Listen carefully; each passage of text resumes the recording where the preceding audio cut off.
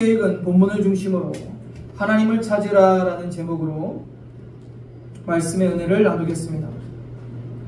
오늘 본문은 형통과 평안을 누리고 있는 유다의 왕국 아사 왕에게 하나님께서 이사야를 보내서 권면하는 말씀입니다.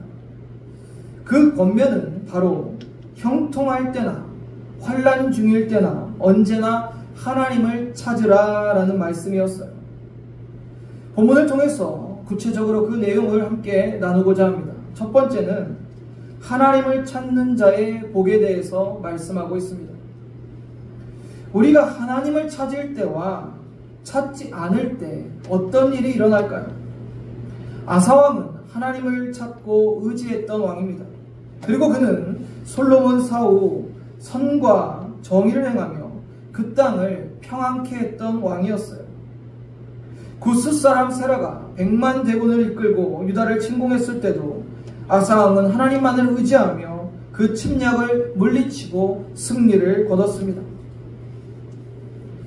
승리에 도취되어 있고 개선하는 왕과 백성들에게 하나님의 사람 아사라가 나아옵니다.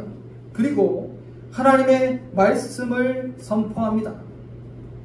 평안함과 승리를 누리던 그때에 하나님께서 도리어 경고의 말씀을 하고 있습니다. 본문 1절 2절을 보시면 하나님의 영이 오뎃의 아들 아사랴에게 임하심에 그가 나가서 아사를 맞아 이르되 아사와 및 유다와 베냐민의 무리들아 내 말을 들으라. 너희가 여호와와 함께 하면 여호와께서 너희와 함께 하실지라. 너희가 만일 그를 찾으면 그가 너희와 만나게 되시려니와 너희가 만일 그를 버리면 그도 너희를 버리시리라. 아멘. 하나님의 신 여호와의 영이 오뎃의 아들에게 아사라에게 임합니다. 아사라는 아사왕과 유다 백성들에게 하나님의 말씀을 대언합니다. 여호와께서 너희와 함께 하실지라. 너희가 만일 그를 찾으면 너희가 만나게 되려니와 너희가 만일 그를 버리면 그도 너희를 버리시리라. 본절은 신명기 28장 모세에게 주신 언약의 핵심인 순종의 복과 불순종의 저주에 대해서 다루고 있습니다. 하나님께 순종했던 아사왕은 전쟁에서 승리합니다. 그 승리 직후에 이러한 말씀을 주신 것, 이 승리가 전적으로 하나님의 도우셨음으로 승리하였음을, 그리고 그가 순종했음으로 이 복을 받았음을 상기시켜 주는 것이죠. 사랑하는 성도님들, 여호와 하나님이 함께하는 것이 가장 큰 복입니다. 하나님과 동행했던 에녹과 엘리야는 죽음을 보지 않고 승천했습니다. 하나님과 함께한 아브라함은 믿음의 조상이 되었고 여호와 보시기에 의롭게 행한 다윗은 영영한 이스라엘 왕위와 함께 메시아의 조상이 되는 복의 영광을 누렸습니다. 이렇듯 모든 생명과 모든 복의 근원이 되시는 하나님께서 함께 하시는 자들은 이러한 복과 놀라운 영광을 경험하게 되는 것입니다. 이 약속은 구약과 신약을 관통하는 하나님 성도들에게 주어진 동일한 약속입니다. 여러분이 하나님을 찾으면 하나님께서 만나 주실 것이고 여러분께서 하나님께 순종하면 하나님께서 여러분과 함께 하실 것입니다. 그러나 여러분이 하나님을 찾지 아니하고 하나님을 버리면 하나님도 그들을 버린다고 했어요. 여러분 잘 기억하셔야 됩니다. 우리에겐 두 가지 길이 있어요. 하나님을 찾고 하나님께 순종하는 길이 있고 하나님을 떠나서 불순종하는 길이 있습니다. 그 결과는 너무나도 달라지겠죠. 이용규 선교사님의 책 내려놓음에 보면 한 간증이 소개됩니다. 몽골에 귀가 어두운 한 소녀가 예수님을 만나고 하나님의 은혜로 듣게 되죠. 그 후로 그 소녀에게 가장 중요하고 기쁜 일은 하나님께 예배드리는 것이었어요. 그러던 어느 날 집에서 키우던 소중한 소가 도망을 쳤어요. 그러니 얼마나 그 소녀가 놀랬겠습니까? 그래서 황급히 소를 찾으러 여기저기 뛰어다니며 수소문하며 소를 찾았어요. 그런데 끝내 소를 찾지 못하고 예배 시간이 다 되어 온 거예요. 그래서 소녀는 소 찾는 거 포기하고 예배당에 가서 하나님 앞에 예배를 드렸어요. 땀 범벅으로 예배를 드리러 온 소녀에게 이영규 선교사님이 그 전후 사정을 듣고 소녀를 위해서 기도해 줬습니다. 주님, 소까지 포기하고 예배 드리러 온 이 딸에게 복을 주시옵소서. 그리고 예배가 끝날 때쯤에 교회 앞에서 소 한 마리가 음매하고 울고 있었어요. 바로 그 소녀가 잃어버렸던 소가 자기 발로 교회로 찾아온 거예요. 할렐루야. 하나님이 함께 하시는 사람, 하나님께 순종하는 사람은 이러한 기적이 일상 속에서도 얼마든지 일어날 수 있는 거예요. 신명기 4장 29절을 보면 함께 읽어볼까요? 그러나 내가 거기서 내 하나님 여호와를 찾게 되리니 만일 마음을 다하고 뜻을 다하여 그를 찾으면 만나리라. 아멘. 오늘 여기 예배 자리에 오신 여러분 중에 아직 하나님을 인격적으로 만나지 못한 분이 계십니까? 없을 것 같긴 해요. 그러나 여러분, 아직 내가 인격적으로 정말 하나님을 만나보지 못했다면 신명기 4장 29절 말씀이 여러분에게 믿음의 확신이 되시기를 바랍니다. 여호와를 찾고 여러분 마음을 다하고 뜻을 다해서 그를 찾으면 하나님께서 만나 주신다는 거예요. 안 만나 주신다고 약속하신 게 아니라 만나 주신다고 약속했어요. 여러분, 하나님을 만나면 그 인생이 바뀝니다. 새벽에 우리 창세기 인물 가게를 나누고 있죠. 지금 나가는 부분이 야곱이 그 야복 나루에서 하나님을 만나고 완전히 그 인생이 달라지는 그 장면을 함께 나눴잖아요. 여러분, 하나님을 만난 사람은요, 그 성품이 바뀌고요, 말이 바뀌고 행동이 바뀌고 그 인생이 바뀌어요. 그런데 우리는 하나님을 만나는 것보다 더 중요한 게 무엇이 있겠습니까? 소 찾으러 다니십니까? 사업하러 다니세요? 돈 벌려 다니십니까? 그거보다 더 중요한 것이 하나님 만나는 일일 줄 믿습니다. 야고보서 4장 8절에 하나님을 가까이 하라. 그리하면 너희를 가까이 하시리니 죄인들아 손을 깨끗이 하라. 두 마음을 품는 자들아 마음을 성결하게 하라. 여러분, 하나님을 가까이 하면 하나님도 우리를 가까이 하세요. 하나님 가까이 하는 일 어렵지 않습니다. 눈 뜨시면 기도하세요. 하나님, 새날 주심에 감사합니다. 눈 뜨시면 말씀 보세요. 하나님, 오늘 이 하나님 말씀으로 살아가게 하여 주세요. 그리고 여러분, 두 마음을 품지 마세요. 하나님도 사랑하고 다른 또 무언가도 사랑할 수 없습니다. 하나님과 재물도 겸하여 섬길 수 없는 거예요. 두 마음을 품는 자들은 하나님 만날 수가 없어요. 하나님이 가까이 하시지도 않습니다. 하나님이 함께하는 자는 세상이 주지 못하는 복을 받게 되고 위로와 기쁨을 누리게 됩니다. 그 하나님의 영광이 우리의 삶에 경험되는 거예요. 사랑하는 성도님들, 하나님은 당신을 간절히 찾는 자를 만나 주십니다. 여러분의 삶 속에 늘 하나님을 찾으시며 하나님과 함께 살아가는 저와 여러분 되기를 주님의 이름으로 축원합니다. 두 번째 오늘 본문의 말씀은 하나님을 떠난 자의 징계에 대한 말씀이 있어요. 본문 3절을 보시면 이스라엘에는 참 신이 없고 가르치는 제사장도 없고 율법도 없은 지가 오래되었다 말씀하십니다. 하나님을 떠난 자가 겪는 일에 대해서 말씀하시며 아사와 유다 왕국에게 경고하고 있는 말씀이에요. 3절에서 6절 말씀에 성경적 견해가 조금 다릅니다. 그러나 그 중에 가장 우리가 지지할 만하고 받아들일 만한 것은 이 본문이 3절에서 6절까지가 과거 사사시대의 묘사로 보는 해석이 맞다라고 보여져요. 3절에 가르치는 제사장이 없다는 것은 하나님께 대한 신앙과 율법을 참되게 가르치지 않은 그 시대, 그것에 대해서 말씀하고 있는 거예요. 여러분, 하나님의 말씀을 바로 가르치지 않으면 어떠한 결과가 일어나겠습니까? 여러분, 하나님의 말씀을 모르면요, 어떻게 살아가야 되고 무엇이 기준이고 또 우리가 어떤 삶이 하나님이 기뻐하시는 삶인지 도통 알 수가 없어요.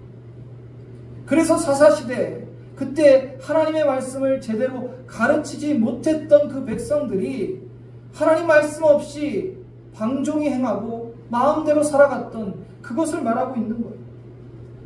율법이 없다는 것은 문자적으로 율법이 없었다는 것이 아니라 지키지 않았음을 말하는 거예요. 하나님의 말씀이 있으면 뭐합니까? 여러분, 성경을 보면 뭐예요? 성경의 말씀을 지키지 않는데, 그러면 우리에게 말씀이 있으나 실상은 없는 것과 같은 거예요. 오늘 그게 지금 오늘 본문에서 율법도 없은 지가 오래되었다라고 말하는 거예요. 본절은 이스라엘이 하나님을 떠나고 말씀이 부재했던 그때를 얘기하고 또 앞으로 그러한 때가 있을 수 있다는 하나님의 경고의 말씀이에요. 5절을 보면 그때 온 땅의 모든 주민이 크게 요란하여 사람의 출입이 평안하지 못하며, 말씀이 없고 가르침이 없고 지킴이 없을 때, 순종이 없을 때 이스라엘 온 땅에 큰 혼란이 있고 고통이 있었고 또 마음대로 여행도 다니지 못했다라고 말씀하고 있습니다. 저는 본절을 묵상하면서 북한이 떠올랐어요. 북한은 지금 3대 세습과 그리고 독재를 이어가고 있습니다. 주민들은 제대로 먹지도 마시지도 못하고 죽어가고 있는데 여전히 그 독재는 계속되고 있어요. 북한 주민들은 자국 땅을 여행할 때 마음껏 여행할 수도 없습니다. 신고를 하고 검문을 받아야 됐어요. 공산주의 아래 복음 없는 북한 땅의 모습이 하나님을 떠난 이스라엘의 그 모습과 저는 같다라고 생각이 듭니다. 반면 우리 대한민국은 어떻습니까? 자유민주주의 대한민국 가운데 하나님의 은혜를 누리며 우리가 마음껏 예배하고 어디든 자유롭게 갈 수 있는 것, 하나님의 은혜이고 그 감사를 결코 잊어서는 안 될 것입니다.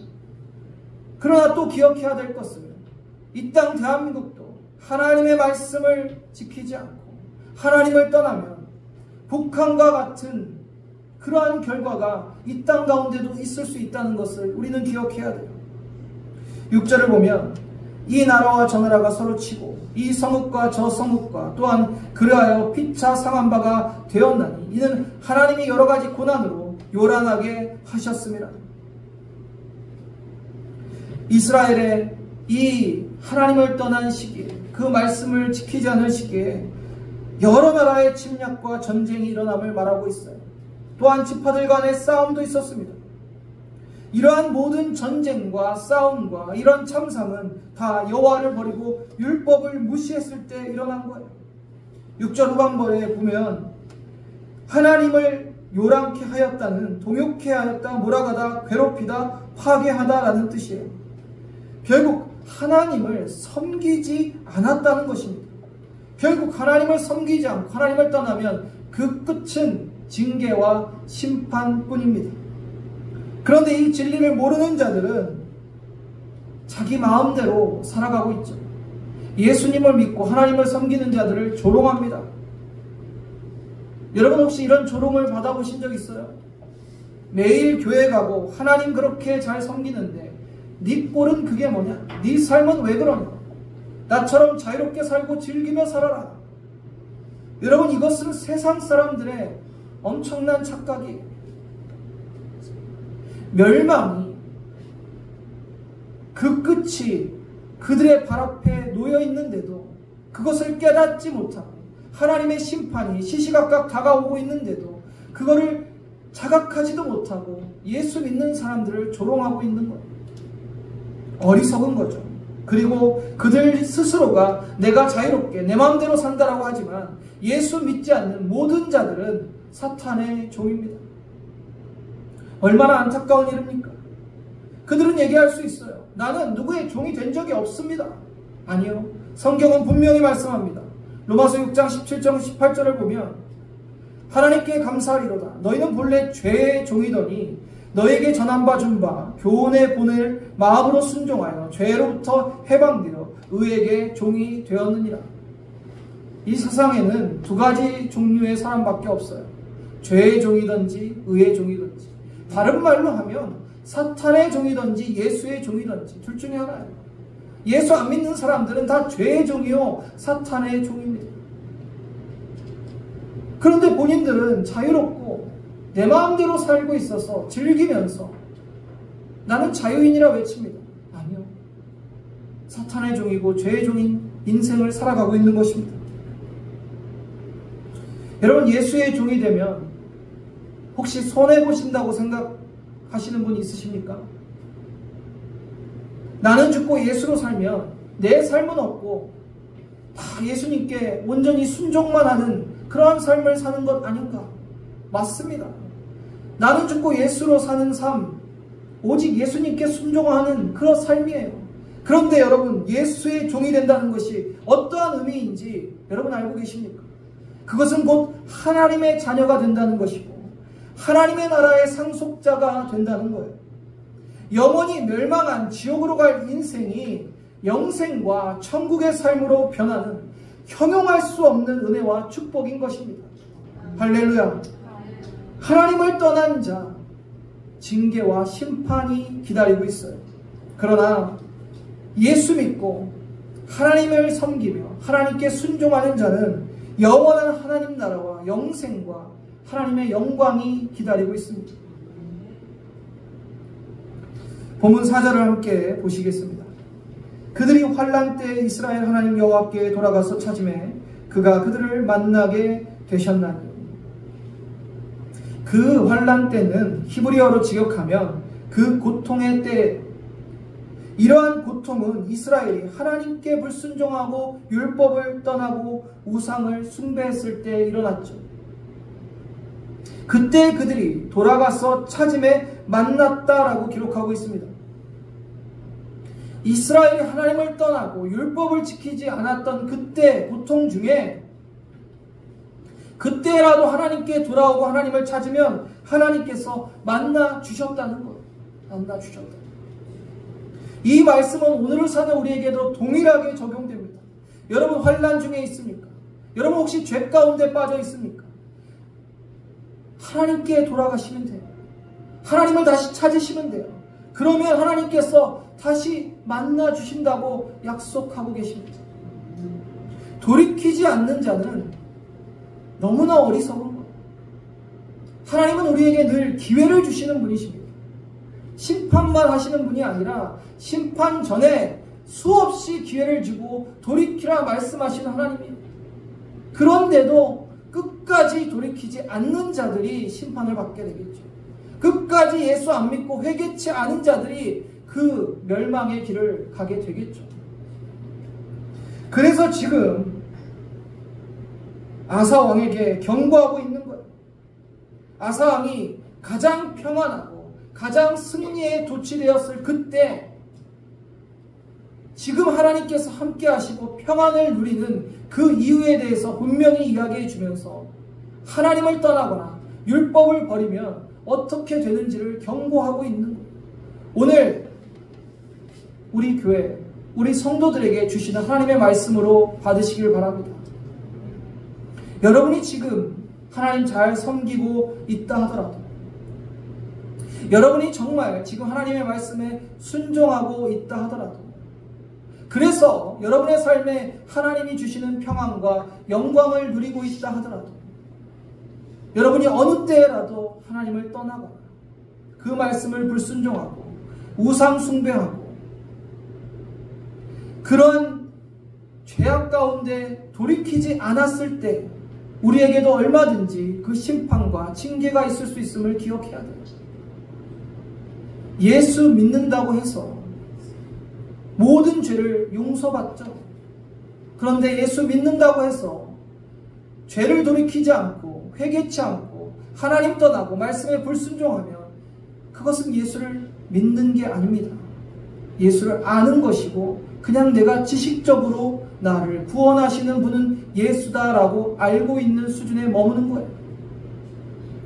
하나님의 준엄한 경고의 말씀을 잘 기억하셔야 됩니다. 우리가 평안할 때나 환난 중일 때나 중요한 건 무엇이냐면 하나님을 찾는 거예요. 하나님을 간절히 찾고 그분만을 의지하고, 하나님, 나는 내 힘이 없습니다. 내 능력이 없습니다. 난 연약합니다. 나는 죄인입니다 라고 고백하고 하나님께 나아가는 자는 하나님이 긍휼과 자비를 베푸시지만 끝까지 돌이키지 않고 회개하지 않고 하나님 말씀을 무시하고 세상 가운데 내 마음대로 살아가면서 입으로만 예수 믿는다는 것 아무런 의미가 없습니다.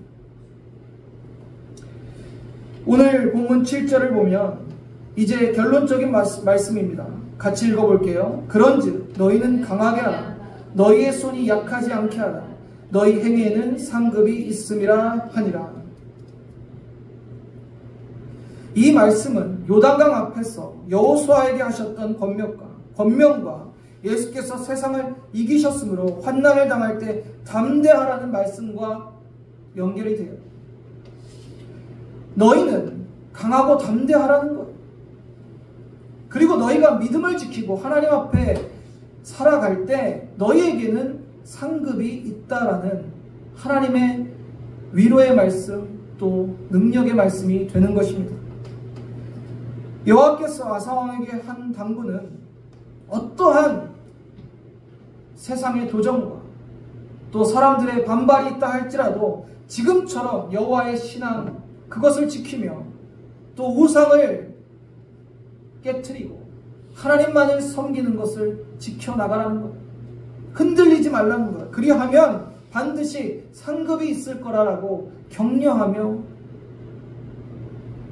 주의 말씀으로 함께 하신다는 믿음의 말씀이 되는 것입니다. 사랑하는 성도님들, 언제나 하나님을 찾으시길 바랍니다.